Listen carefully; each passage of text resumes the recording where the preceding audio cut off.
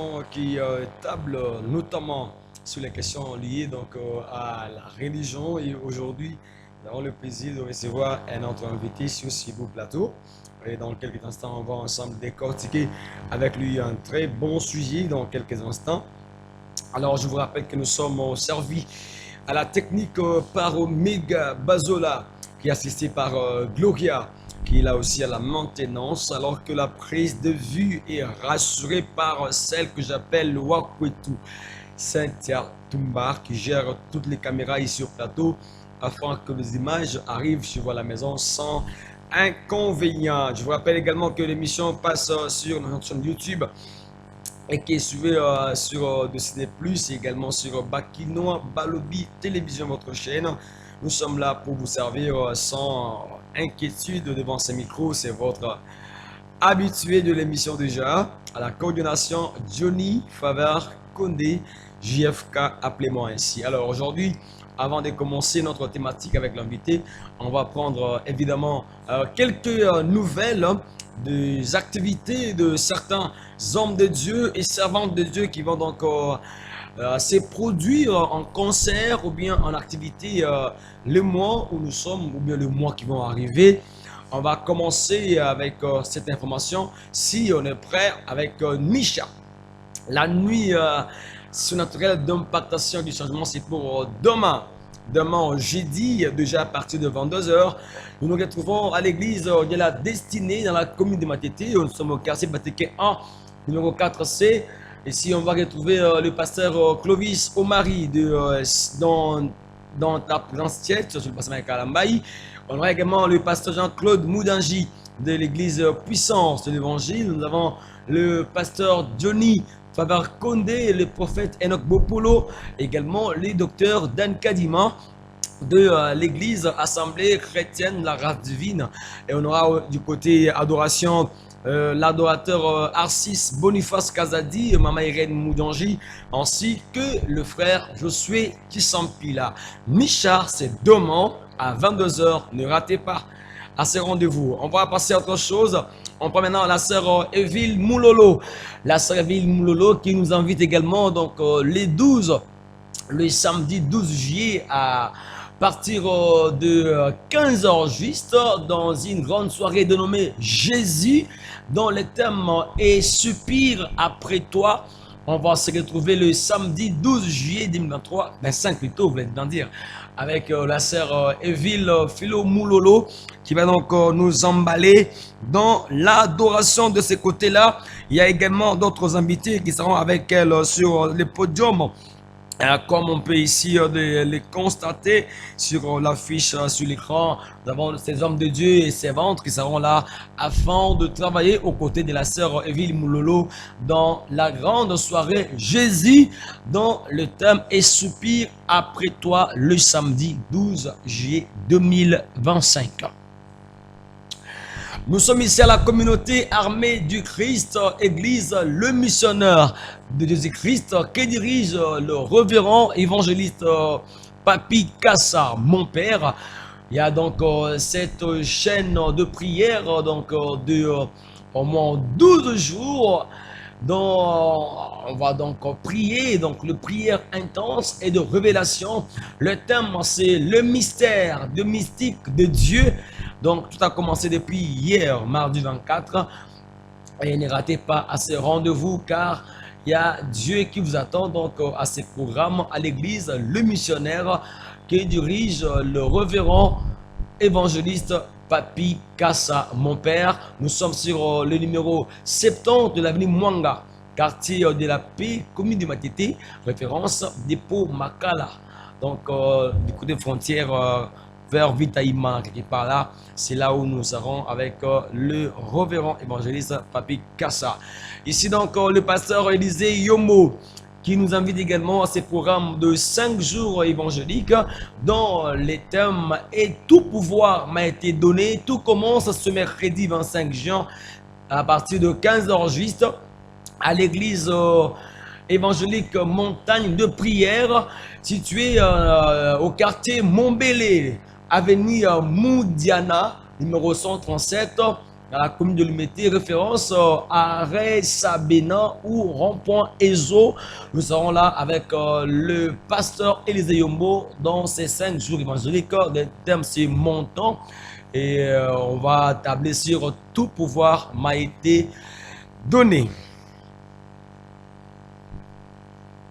Alors, c'est donc quelques nouvelles qu'on peut vous donner par rapport à tous ces programmes. Répondez à ces rendez-vous et nous croyons que Dieu va vous faire du bien, vous tous qui nous suivez chez vous à la maison. Alors, le temps pour moi déjà de recevoir mon invité pour aujourd'hui. Je vous rappelle que c'est un serviteur de Dieu depuis l'enfance, comme moi je l'ai connu. Alors aujourd'hui, on le reçoit sur ce tableau religieux pour, oui, la toute première fois, mais qui n'est pas la dernière, parce que il sera encore avec nous dans les jours qui vont venir. Homme de Dieu, David Makina, bonjour. Vous allez bien? Ça va bien comme on veut le constater. D'abord, comment la santé, la famille, l'église, ça va bien? Ça va. Même l'église,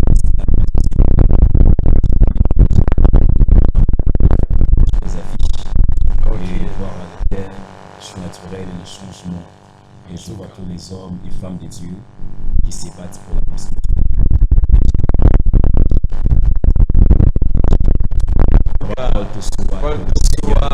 Que le Seigneur vous bénisse abondamment. Voilà. Alors aujourd'hui, nous vous recevons dans cette émission.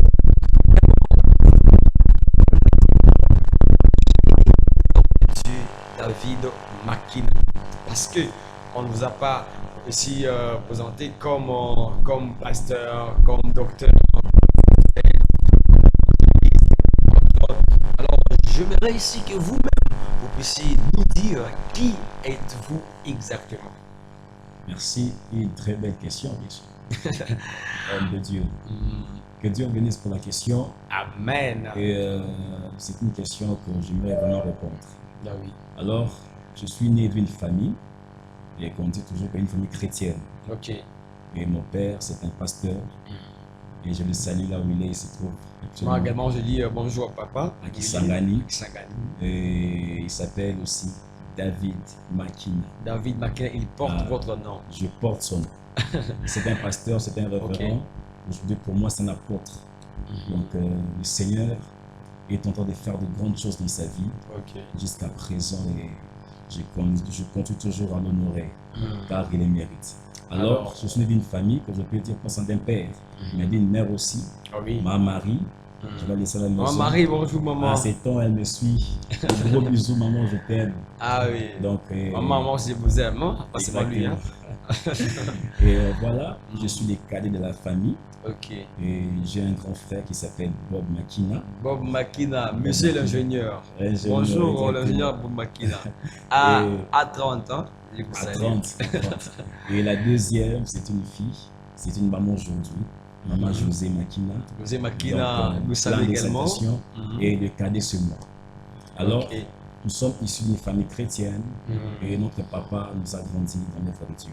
Oui. Alors, depuis l'enfance, et comme Samuel, bien sûr, il a grandi dans le temple, alors nous avons grandi toujours dans les pieds de notre père et notre mère, suivant la voie du Christ. Car vaut mieux servir Dieu. Vaut mieux vraiment servir, car ça vaut tout dans le monde. Et c'est ça notre vie, car à part le Seigneur, il n'y a que la mort. Alors nous avons choisi le Seigneur depuis l'enfance. Nous sommes là pour porter l'œuvre de Dieu. Et vous avez dit une question que je ne suis pas ni docteur, ni prophète. Donc il n'y a pas un ministère spécifié. Voilà, exactement. Nous voulons voir le détail sur vous-même, parce que je ne veux pas vous attribuer certains fonctions. Exactement, bien sûr. Exactement, bien sûr. Et je suis un fils. Je suis un fils spirituel qui est mon père, qui est également mon père spirituel également. Et je sais que la grâce ministérielle, c'est en moi. Et alors, je ne peux pas me déclarer ainsi. Et j'attends l'heure, j'attends le temps de Dieu, que ça dira que je suis un prophète, que je suis un évangéliste. Moi-même, au-delà, je sais, Dieu déjà m'a parlé, mais je ne peux pas le dire comme ça. Il faudrait qu'il y ait une ordination, une consécration et bien ordonnée. Et c'est par là que le Seigneur nous révélera, nous fera beaucoup de bien. Et je reviendrai ici avec notre casquette pour dire que je suis un prophète, ou évangéliste ou docteur. Waouh, c'est une très bonne chose parce que nous avons beaucoup de personnes aujourd'hui qui s'appellent par eux-mêmes, qui s'appellent docteurs, qui s'appellent pasteurs, qui s'appellent évangélistes, sans toutefois avoir été ordonnés et consacrés à ces ministères. Exactement. Quand même, vous faites l'exception, vous attendez les beaux moments et puis qu'il y ait un père, parce que c'est le père qui appelle le fils par son nom. Exactement. Là, vous avez dit une chose qui est très capitale.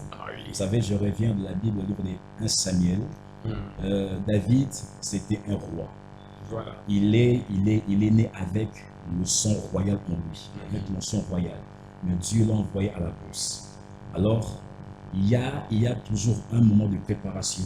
Il y a toujours un temps de travail que le Seigneur va te forger, va te former, va te préparer. Parce qu'un jour, lorsque tu seras en vue de tous, que tu sois une bénédiction.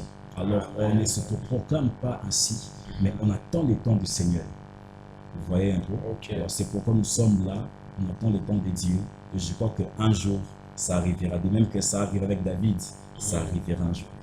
Ok, ça va arriver. Donc, on attend ça, que ça arrive. Alors, mesdames et messieurs, je vous rappelle que je reçois l'homme de Dieu, David Makina. Vous également, vous voulez intervenir à l'émission, vous nous appelez au numéro qui est affiché. On va vous recevoir sans problème. Vous nous appelez et nous serons disposés à vous recevoir dans ce numéro du tableau religieux. Alors, est-ce que vous servez Dieu parce que papa est pasteur et autres? Est-ce qu'on peut dire que ce n'est pas aussi une coïncidence parce que papa est pasteur? Une coïncidence, c'est trop dur. On ne choisit jamais une famille pour naître. Alors, c'est le Seigneur qui nous a placés dans cette famille, car il connaît le but. Alors, aujourd'hui, il y a beaucoup d'enfants des pasteurs qui font des bazars. Là, ça ne se dit pas, là, ça se connaît. Il y a beaucoup des enfants des pasteurs qui font des bêtises, qui sont dans les boîtes de nuit, qui sont dans des choses, dans des impudicités. Alors, ce n'est pas le cas chez nous. Alors, je dirais que nous avons déjà grandi avec une discipline exacte, avec une forte discipline, que ce soit de la vie charnelle, que ce soit dans l'œuvre de Dieu, et qui nous rapproche toujours à servir le Seigneur. C'est pourquoi, dans ma vie, je bénirai toujours mon père et ma mère, car ils nous ont éduqués et suivre Christ. Depuis l'enfance, je ne suis pas venu directement à prêcher sur la modérée, non. J'ai commencé à jouer le drum. Je suis un drummer. Ah oui. Donc, je me rappelle encore. Et là, tu te rappelles, je suis un drummer et je viens de le dire, mon frère Bob, qui est l'aîné, il joue au piano, il joue la guitare. Et Josie chantait. Et ma soeur, je vais chanter. Et mon frère aussi, il chante aussi. Donc, nous sommes issus d'une famille musicale. Voilà. Car mon père aussi est aussi un musicien et ma mère aussi. Voilà.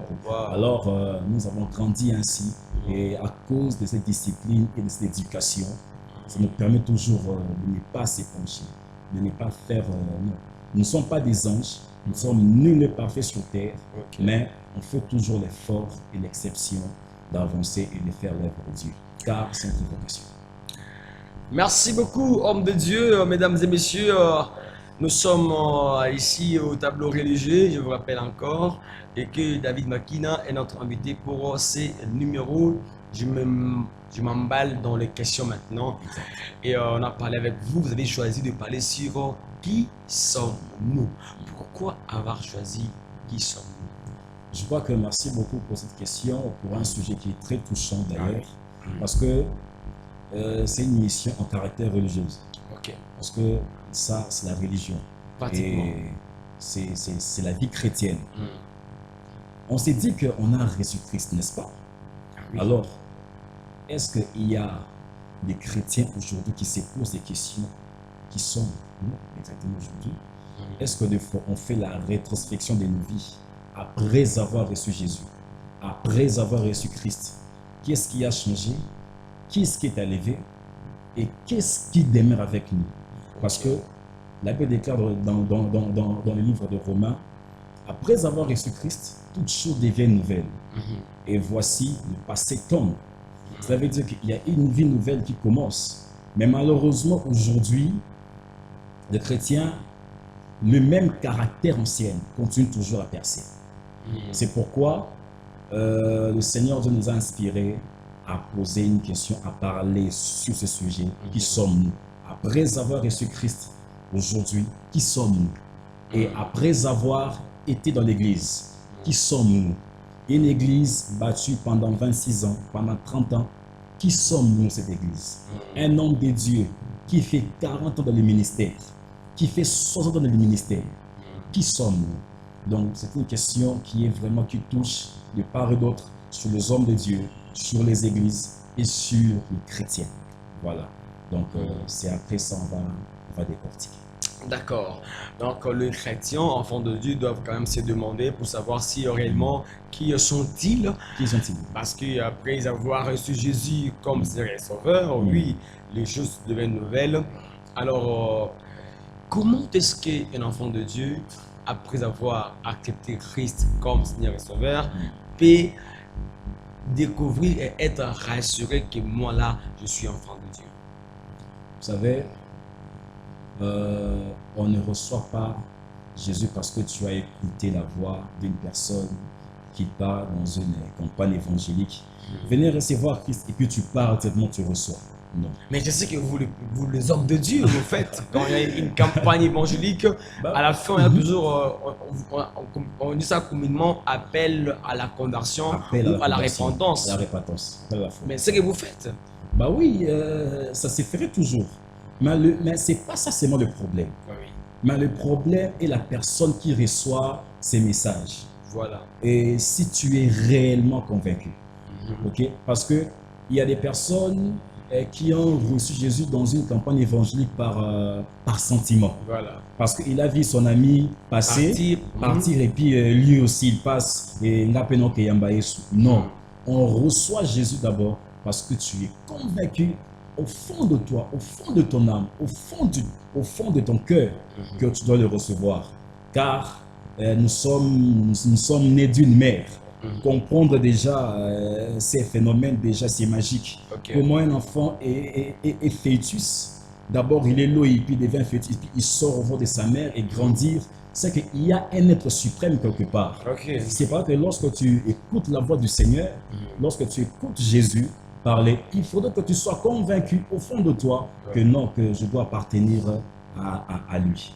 Et c'est par là que tu auras la rassurance, tu auras vraiment l'assurance que j'ai reçu Jésus et tu auras la fermecité d'abandonner le mal. Amen, l'homme de Dieu. Est-ce qu'il y a de bénéfices pour une personne qui reçoit Jésus? Exactement. Même parce qu'il y a beaucoup de monde, même dans la Bible, vous lisez la Bible, parce que moi je suis journaliste, il y a Pierre qui a demandé à Jésus, nous te suivons, mais qu'est-ce que nous aurons? On a demandé à Jésus. Est-ce qu'il y a des bénéfices pour les personnes qui reçoivent Jésus comme Seigneur et Sauveur? Vous savez, il y a plein de cadeaux, il y a plein de choses, plein de bénéfices. Et là, vous rencontrez l'histoire de Paul et de Pierre. Oui. Il dit, voilà, nous te suivons et qu'allons-nous avoir après?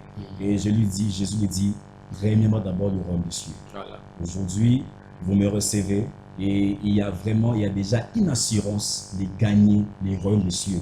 Parce que entrer dans le royaume des cieux, il faudrait recevoir d'abord Christ.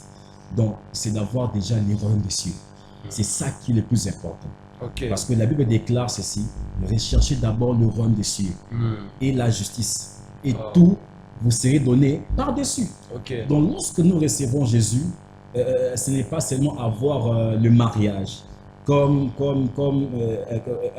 qui se dit aujourd'hui. Lorsque tu reçois Jésus, tout pour toi est facile. Non, tout n'est pas facile. Mais lorsque tu reçois d'abord Jésus, on a d'abord un objectif, c'est quoi? C'est le royaume des cieux. Je reçois Christ parce que je sais que j'ai une place. Parce qu'on a le royaume des cieux et l'enfer. On a Jésus et Satan. On a les anges et les démons. Parce que la Bible déclare, celui qui sera ni chaud, ni froid, sera vomi. Alors tu dois choisir un camp. Et lorsque tu choisis le camp de Christ, sache bien que le royaume des cieux est ouvert. Ouvert pour toi. Tu es là, tu es déjà à la porte, après avoir reçu Christ. Donc c'est ça déjà les bénéfices déjà de recevoir Christ. Et tout ce qu'on peut avoir comme désir, comme besoin, il est notre Père. Vous savez, Je vais donner un exemple typique. Ah oui, allez-y. Papa à la maison, prenons un exemple comme Jésus-Christ et papa à la maison. Papa sait bien qu'il a ses enfants, n'est-ce pas? Ouais. Il doit scolariser ses enfants. Il doit bien nourrir ses enfants. Et c'est ça le rôle de Christ. Lorsque tu viens à Jésus, après avoir déjà l'assurance du royaume des cieux, sache bien que Jésus connaît le besoin de ton cœur. Jésus connaît déjà le besoin qui t'éponge. Jésus connaît déjà le besoin, ton désir ardent là. Il le sait déjà. Il sait que tu auras besoin un jour de se marier. Il sait qu'un jour tu auras besoin d'avoir un travail. Il sait qu'un jour tu auras besoin d'avoir un bon diplôme. Il sait qu'un jour tu auras besoin d'avoir les millions de voitures. Il le sait bien. Mais le problème d'abord, c'est de le recevoir Christ et espérer les royaumes des cieux. Et tout ne sera donné par les cieux. Tout nous sera donné par-dessus, comme le dit ici l'homme de Dieu, David Makina. Alors, homme de Dieu, que diriez-vous à ces personnes qui ont cru en Jésus, justement parce qu'ils ont vu un miracle, bien ils ont été guéris d'une maladie, par exemple, ils ont fait quelque chose qui les a attirés à croire en Jésus. Est-ce que ces personnes aussi, on peut dire qu'ils n'ont pas accepté les risques de bonne manière parce qu'ils ont été convaincus par rapport à un miracle, par rapport à un fait, ils ont cru en Jésus? Exactement, une très belle question. Recevoir Christ parce que vous avez vu un effet dans vos yeux et voilà, qui vous a poussé à recevoir Christ. Pratiquement. C'est bien d'ailleurs. C'est le miracle, les délivrances, les guérisons fait aussi partie de l'évangélisation. Okay. Et le problème d'avoir Jésus-Christ derrière cette puissance-là des miracles. Le problème, ce n'est pas seulement de créer un miracle, mais est-ce que Christ est là-dedans? C'est ça le plus grand problème. Dans ces miracles-là. C'est ça le plus grand problème. Si Christ est là-dedans, parce qu'aujourd'hui, il y a beaucoup de miracles qui s'effacent derrière les maquiona, derrière des mauvaises choses. Alors, une personne qui reçoit Christ parce qu'il a vu un aveugle voir, parce qu'il a vu un boiteux marcher. Voilà. Bah oui, c'est vrai. Ça peut. D'ailleurs, je connais d'ailleurs un ami aujourd'hui, il a reçu Jésus dans une campagne évangélique parce qu'il a vu un aveugle voir. Car il a vu cet aveugle, il a dit non, je dois recevoir Christ. C'est que cet homme ici peut m'aider et va changer ma vie. Ça fait partie de l'évangélisation. C'est pourquoi il a dit à ses disciples, vous serez mes témoins jusqu'aux extrémités de la terre. Il les a bénis. Il a dit, tout pouvoir m'a été donné, je vous ai donné. Christ, il n'avait pas seulement le pouvoir de parler, mais il avait aussi le pouvoir d'opérer des miracles. C'est pourquoi la foule le suivait. Et d'ailleurs, vous connaissez cette femme qui a touché le pan de sa robe. Il dit, j'ai senti une chose sortir de moi. Donc, les miracles, c'est bien. Jésus-Christ faisait des miracles. Il accompagnait sa vie dans les miracles et des prodiges. Et c'est par là que les disciples ont continué toujours à faire dans leur vie. Et c'est cette opération jusqu'à présent, car nous avons le Saint-Esprit en nous. Croire en Jésus, parce que tu as vu un miracle quelque part, ce n'est pas du tout mauvais. Mais le seul problème est que tu sois vraiment convaincu. C'est ça le seul problème. C'est bien entendu, à la maison, on a compris ce que l'homme de Dieu a expliqué ici. Alors, je m'enchaîne avec des questions parce qu'on est en train de continuer l'émission. Alors, qui sommes-nous? Voilà, c'est où nous sommes un peu centralisés. Alors, que devient une personne qui ne croyait pas en Christ, qui devient enfant de Dieu? Est-ce qu'il y a-t-il une nature nouvelle qu'il va recevoir pour devenir qui il est vraiment? Il devient qui normalement? Parce que quand vous parlez qui sommes-nous, quand on reçoit Jésus, on devient qui normalement? Qui on devient? Ah oui, exactement. On ne devient pas d'abord un ange. Parce que d'autres personnes disent que lorsque je viens chez Jésus, tout me serait facile. Non, mon frère, ma soeur, c'est pas ça. Lorsqu'on reçoit Christ, c'est déjà une gage. C'est déjà une gage, une vie éternelle que nous espérons. Et lorsque tu as reçu Christ dans ta vie, et alors sache bien que si tu étais noir, tu ne devais pas blanc. Donc la nature là reste spirituelle en toi. C'est une nature d'abord spirituelle. Donc tu n'as plus la nature du péché en toi. premièrement d'abord, tu n'as plus la nature du péché. Car il dit que ceux qui sont en Christ ne péchent point. Cela veut dire que le péché pour toi n'est plus une vie en fait. Mais le péché pour toi est devenu autre chose. Une pierre de choquement que je peux dire. Mais ce n'est plus une nature en toi. Maintenant, tu as la nature de Christ. Or, que la personne qui a la nature de Christ ne vit pas comme tout le monde, malheureusement. La personne qui a la nature en Christ en lui, c'est un homme qui est devenu comme un prophète. Le prophète que je parle, ce n'est pas le prophète du ministère qui dit Éphésiens, non. Mais le prophète que je parle, c'est toute une vie dont tu vis une vie prophétique. Donc, tu n'es pas comme tout le monde. Que ce soit dans votre parcelle, que ce soit à l'église, que ce soit de l'avenue, on sait que non, ça c'est un enfant de Dieu. Et comment ça se sent? Ce n'est pas parce qu'on le dit, non. Mais la chrétienté, ça se vit. La chrétienté, ça se vit. Waouh, c'est très profond, et bien entendu. Alors, les pasteurs, bon, que je dis pasteur, Amen. Vous comprenez? Amen, je reçois cela. Alors, Amen. vous avez expliqué cela. Une question qui vient en deux volets. Est-ce qu'une personne qui a déjà reçu Christ et qui est devenu ce que vous avez dit, enfant de Dieu et autres, qui il est vraiment, est-ce qu'il peut perdre cette nature d'enfant de Dieu? Ah mon Dieu. Vous savez déjà, une fois, la Bible dit, nous avons été sauvés une seule fois. Donc, lorsque tu as déjà reçu Christ, perdre encore cette nature, en tout cas, je n'en disconviens pas. Mais ça serait vraiment une très mauvaise chose pour la personne. Parce que goûter déjà la saveur de Christ vaut tout que les saveurs du monde. Christ a des saveurs. Ça, je vous dis vrai. Christ a des saveurs. C'est pourquoi il dit, vous êtes le seul qui sont dans le monde. Alors, si nous sommes les seuls, c'est que le seul, par exemple, c'est qui? C'est Jésus-Christ lui-même. Il est le seul, par exemple. C'est que Christ a des saveurs.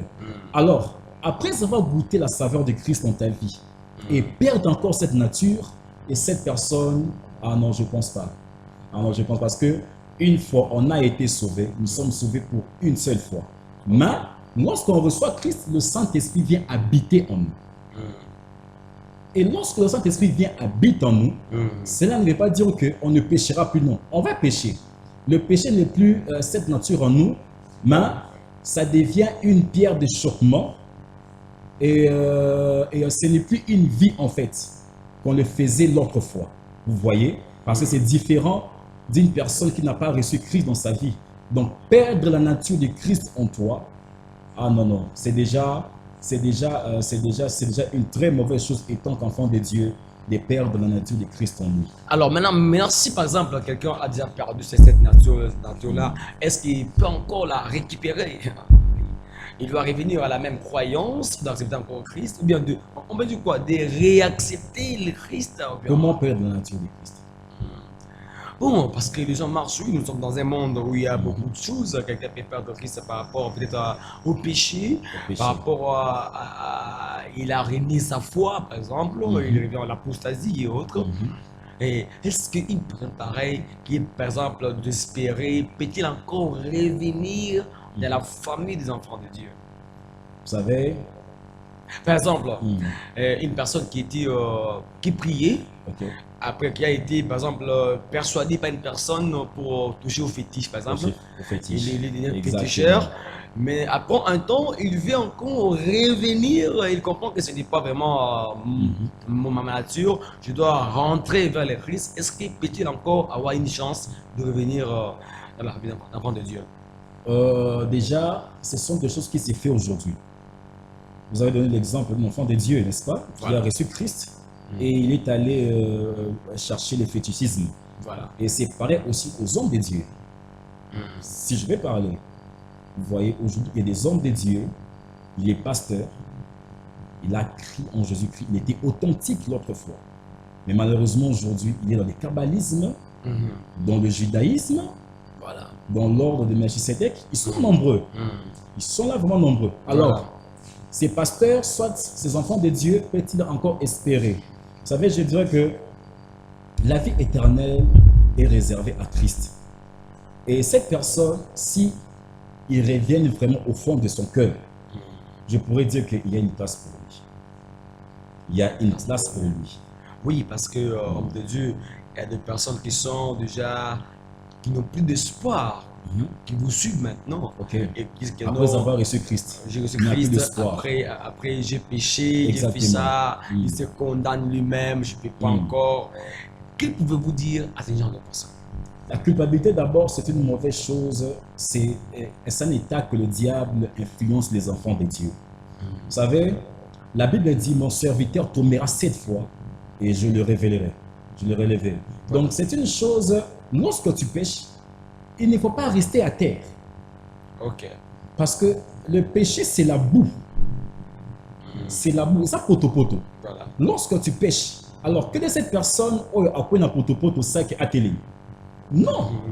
Tant qu'on a sa poto-poto, c'est que toi-même, il faut que tu t'élèves. Il faut que tu te relèves.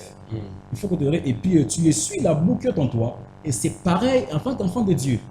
Lorsque tu as péché, lorsque tu as commis un péché, disons un peu l'exemple de roi David. Ok. David a commis des bazars comme des fois.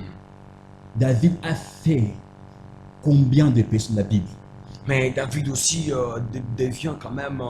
Dieu l'a toujours appelé l'homme selon mon cœur. Certains aussi pêchent au nom de David. Ils disent que non, David lui-même a péché. David a tué. Il a tué. David a tué un Uri pour prendre sa femme. Pour prendre sa femme, exactement. Mais Dieu l'a frappé. Mais Dieu l'avait pardonné. Ok? Il y a toujours un pardon qui existe à Jésus. Mais lorsque tu as déjà connu la vérité, lorsque tu as déjà reçu Christ, et que tu pêches volontairement, c'est un péché volontairement, sache bien que Dieu te pardonnera. Mais il y a des péchés, tu vas vivre les conséquences. Tu vivras des conséquences. Tu as déjà goûté à la saveur du Christ. Tu as déjà goûté Christ en toi. Parce que Christ est un époux. Nous sommes ses épouses. Ok? Parce que l'Église est l'épouse du Christ. Christ est l'époux. Alors, j'ai déjà mon mari crié Christ. J'ai déjà goûté ses saveurs. Alors, pourquoi le tromper un jour? Si je le fais involontairement, c'est qu'il y a des conséquences. Alors, Dieu peut te pardonner à l'impudicité que tu as fait après avoir reçu Christ, mais Dieu te laisse avec le sida.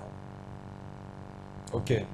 Dieu peut te pardonner après avoir s'être fâché parce qu'on t'a provoqué de la parcelle et puis tu as aux lichettes au Katimutu. Dieu peut te pardonner, mais sache bien qu'il y aura une conséquence derrière tout ça. Ok? Dieu pardonne des pécheurs qui commettent, mais qui ne sont pas encore en lui. Mais après avoir reçu Christ en toi et que tu pêches un péché qui est volontairement, sache bien qu'il y aura une conséquence quelque part. Il y aura des conséquences après cela, comme le dit ici l'homme de Dieu David Makina, que je reçois ici à ce numéro du tableau religieux, une émission qui passe sur votre chaîne. Appelez-nous à ce numéro qui est affiché pour intervenir, aussi participer à l'émission tableau religieux. Alors, je vous donne maintenant la possibilité de parler à ceux qui vous suivent maintenant. Des chrétiens qui ne connaissent pas leur nature. Parce que Christ a dit lui-même, je vous donne les pouvoirs et l'autorité. Et il y a des chrétiens qui ne se connaissent pas qui ils sont exactement. Quel message apportez-vous à ces personnes pour leur dire qui sont-ils exactement? En tout cas, votre caméra est là. Une très belle question que le journaliste vient de poser. Je vous regarde en face. Vous qui avez reçu Christ dans votre vie, sachez bien que vous avez fait la bonne part.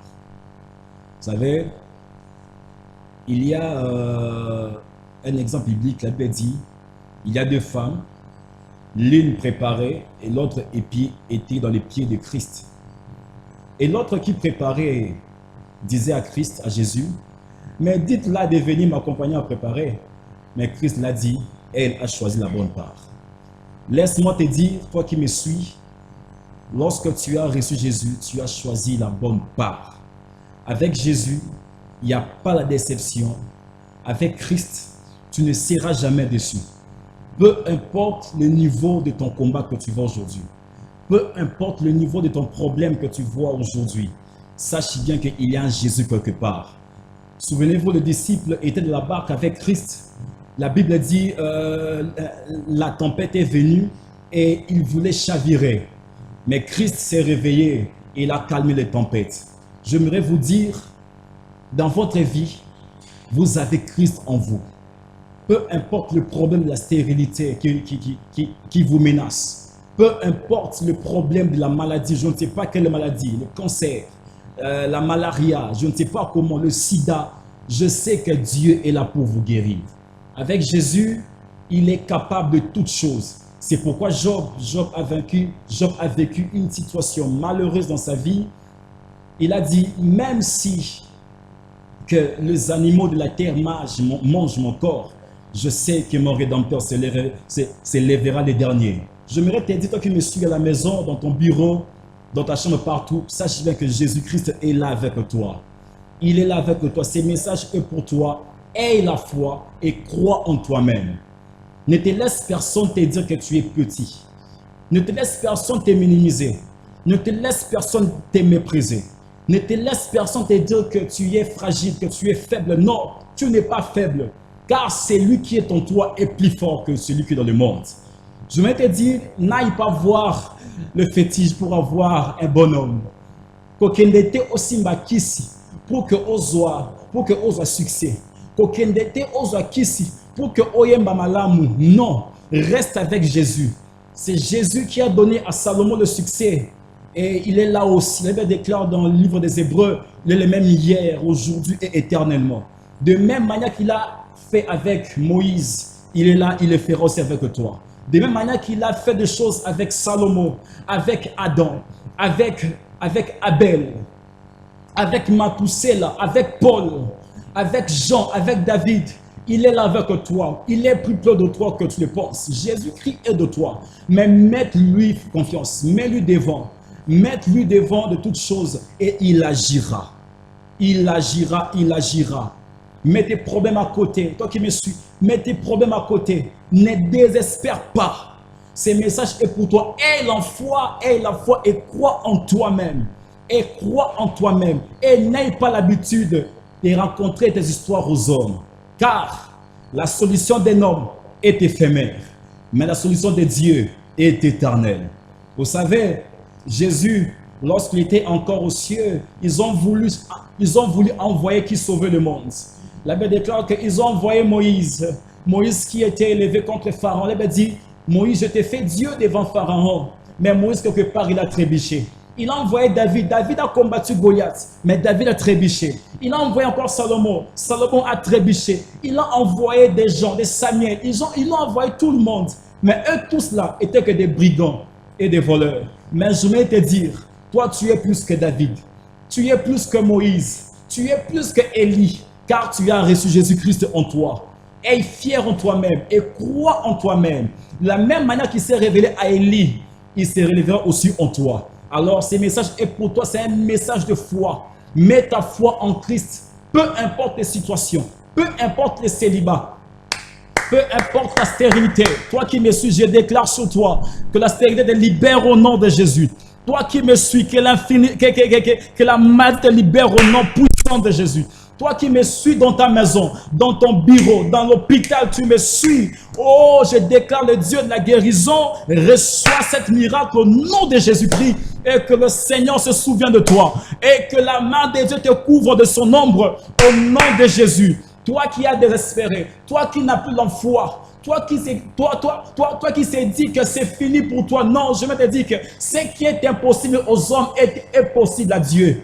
Ce que les hommes ne peuvent pas faire, Dieu est possible à le faire. Car il est Dieu de l'impossible au possible. J'aimerais te dire, crois en toi-même et il agira et il te bénira. Dieu te bénisse, c'est 2025, c'est une année pour de couronnement. Dieu te couronnera, peu importe les problèmes, peu importe les situations. Crois en toi-même, aie le secret et Dieu te bénira. Que Dieu vous bénisse. Amen, amen, homme de Dieu, merci beaucoup. Je pense que tout le monde a suivi ce message et je me suis retrouvé déjà dans une très belle ambiance déjà à la maison, je crois que vous avez été bénis par ces paroles de l'homme de Dieu, David Makina, qui est passé à notre émission aujourd'hui et qui est aussi pour cette émission une bénédiction. Alors, il est là, il est disposé à vous recevoir en cas de problème, en cas de soutien en prière, en cas d'orientation. Vous avez entendu, il a dit que pour l'instant, il ne peut pas s'appeler prophète, pasteur, autre. Il attend les bons moments. En tout cas, j'ai aimé ça. Il reviendra ici pour nous dire qu'est-ce qu'il est devenu Exactement. ici. Je reviendrai ici exactement. Ah oui, on sera très heureux de vous recevoir. Alors, à ceux qui ont suivi, peut-être que vous pouvez lancer un message et donner votre numéro de téléphone si on veut vous joindre. Exactement. Je suis le frère David Makina et je suis de l'Assemblée dans une très grande communauté chrétienne qui est Méline. Et nous sommes de partout à Kinshasa, tout comme à Kisangani, à Goma, de part et d'autre, par la grâce du Seigneur. Et Méline qui est mission d'évangélisation et de libération à travers le monde. Nous avons notre représentant légal qui est notre père, le révérend apôtre David Makina. Et il y a deux extensions. Ici à Kinshasa, nous avons notre pasteur et que je salue déjà, le pasteur Gédéon Bassama. Et que Dieu bénisse papa, c'est une bonne Pasteur personne. Gédéon, nous vous saluons également. Pasteur Gédéon, que le Seigneur Dieu vous bénisse, c'est lui qui est pasteur ici à Kinshasa. Et alors l'église se tient à des bonhommes commis de Matete. Alors venez nombreux, d'ailleurs nous avons une action matinale, c'est 14 jours qui est déjà commencé depuis la semaine dernière, qui prend fin ce samedi. C'est samedi prochain. Alors c'est de 5h45 à 7h. Alors, venez nombreux, vous allez voir les hommes de Dieu. Moi également, personnellement, je suis là. Et c'est lui qui va avoir mon contact pour la prière, qui veut qu'on me soutienne spirituellement par la prière et par l'encadrement sur les enseignements. Mon numéro est plus 243 82 27 02 760. Encore Plus, le numéro, oui. Mon numéro c'est plus 243 82 27 02 760. Si vous nous appelez, vous serez bien reçus. Sur WhatsApp aussi, je suis là. Appelez-nous, écrivez-nous. Vous avez besoin d'une prière. Vous avez besoin d'un encadrement. Le Seigneur qui fait ces choses à sa manière, il le fera exactement. Merci beaucoup à tous. Ça a été donc notre plaisir aujourd'hui de recevoir David Makina, l'homme de Dieu. Merci pour avoir répondu à l'invitation. Et nous pensons que prochainement on va encore vous recevoir. Merci à l'équipe technique qui nous a accompagnés, qui est donc composée de Omega Bazola depuis la régie finale, également avec l'assistance de Gloria et aussi donc la partie de la prise de vue qui a été rassurée par Santia Tumba, Johnny Favarkonde, donc mon nom, JFK. Je vous retrouve à la prochaine afin de recevoir d'autres invités sur ce tableau religieux. Merci à tous. Au revoir. Au revoir. Dieu.